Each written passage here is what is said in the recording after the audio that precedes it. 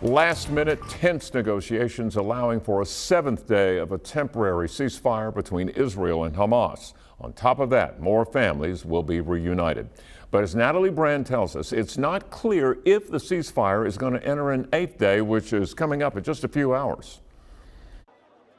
Hamas released 8 more hostages after a temporary truce with Israel was extended to a 7th day.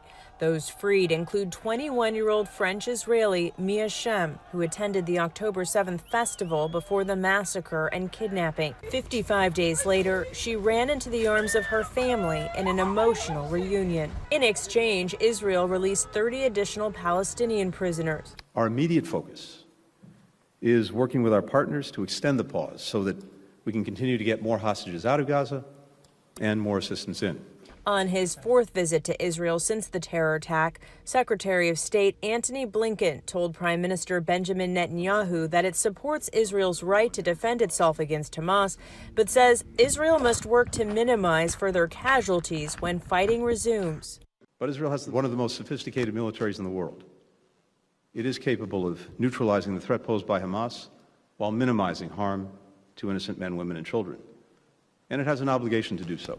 Posing a new threat to the fragile pause in the war, Israeli police say Palestinian gunmen opened fire on people waiting for buses along a main highway entering Jerusalem.